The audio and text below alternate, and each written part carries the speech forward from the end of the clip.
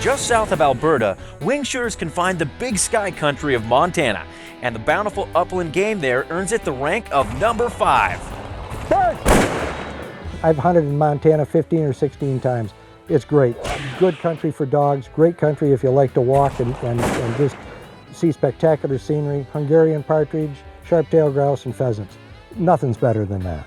The wide vistas of Montana fill a hunter's heart as much as the birds. Thinking about one of my first trips to Montana, I was a Midwestern kid and was used to small plot shelter belt hunting. I mean, a 2-acre, 5-acre, 10-acre plot of ground was about all we would cover in a day.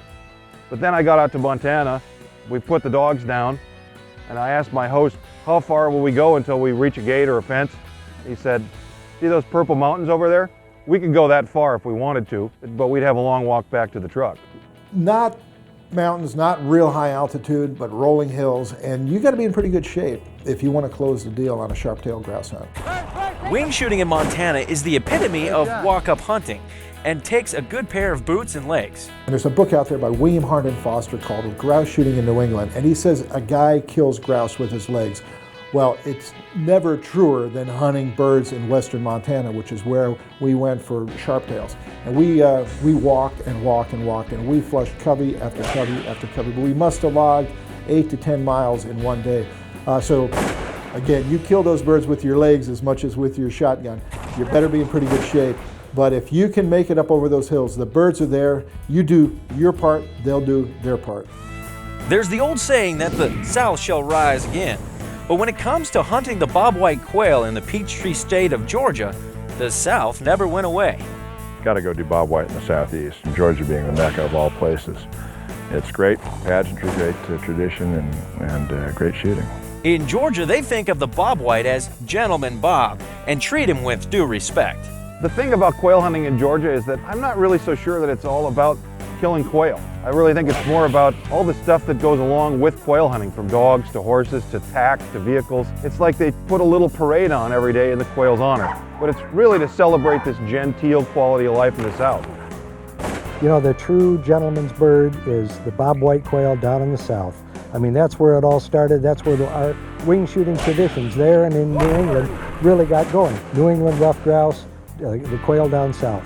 The plantation life is still alive, and you can be on it for 3 or 4 days at a time.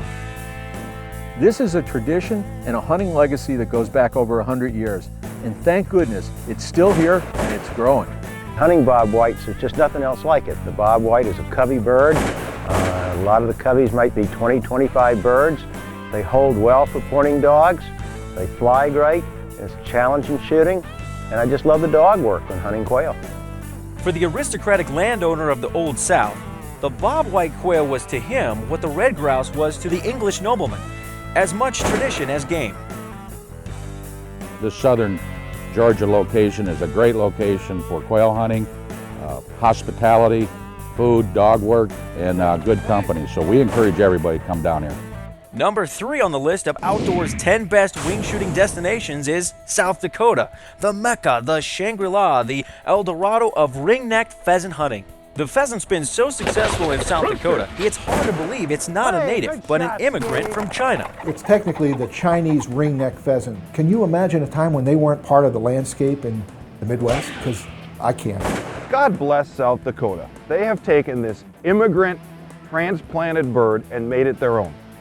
South Dakota celebrates pheasant hunting and the hunting season in general with friends and family and business people like no other state. South Dakota pheasants, it's, you know, there's not much to do in South Dakota. You can sit and watch the corn grow, or you can go chase the pheasants. They got the best pheasant population in the country.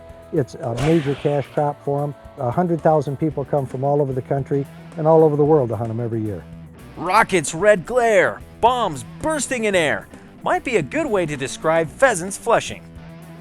It's just not unusual to flush hundreds and hundreds and hundreds. The hard part is just being selective, because you could be limited out real early and be back at the lodge playing checkers if you're not careful.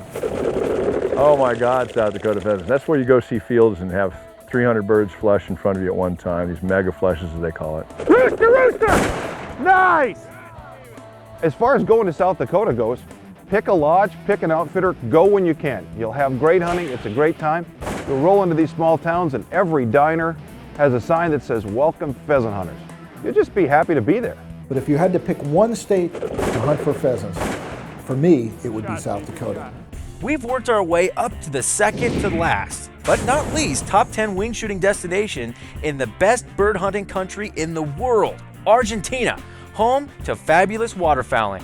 Everybody has to go to Argentina. It is the dream hunt. Everyone thinks of Argentina as being so exotic, but the truth is, the duck hunting in Argentina isn't really exotic at all. It looks a lot like Nebraska or someplace in the Midwest. You hunt over small ponds, you hunt over spreads of decoys, and the difference really is the ducks are a little bit different and there's just a lot more of them. It's a terrific trip, pretty good stuff. A hunter needs a field guide to keep track of all the species of Argentine waterfowl. I'm no longer a skeptic. I'm telling you what, all those stories you heard about how many ducks are coming over, it's gospel truth. And the species, my goodness, the different species. We took at least 10 different species of duck here in Argentina. The species there are so varied and so different from what we have. They've got rosy-billed pochard, white-faced whistling ducks, Brazilian teal. There's some incredible game down there, and I want to see the whole thing, and I want to do it with my boys. And you know, my wife's a shooter too, so hopefully she'll go on that trip with us too. For all its different ducks, some of Argentina's greatest fame lies in its geese. When they see a decoy and they have a look at your spread, it's game on. And it's eye level all the way in. It's fabulous decoy shooting. Nice.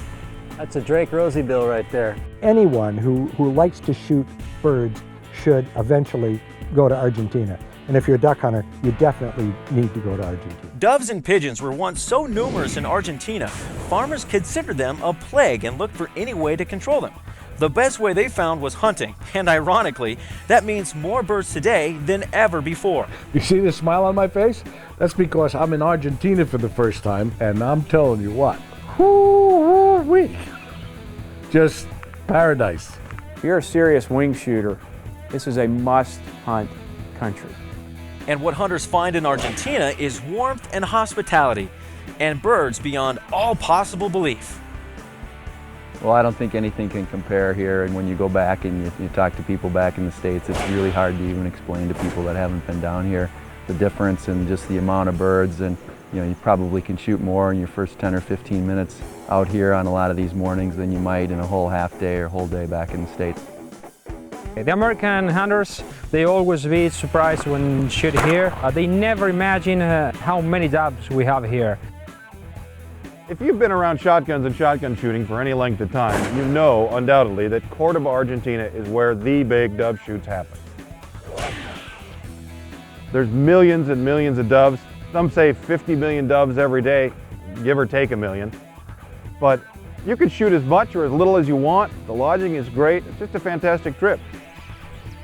I have hunted doves in several parts of the world. There's nothing like Argentina because of the volume of the bird, where it's just unbelievably phenomenal. Oh, look at that.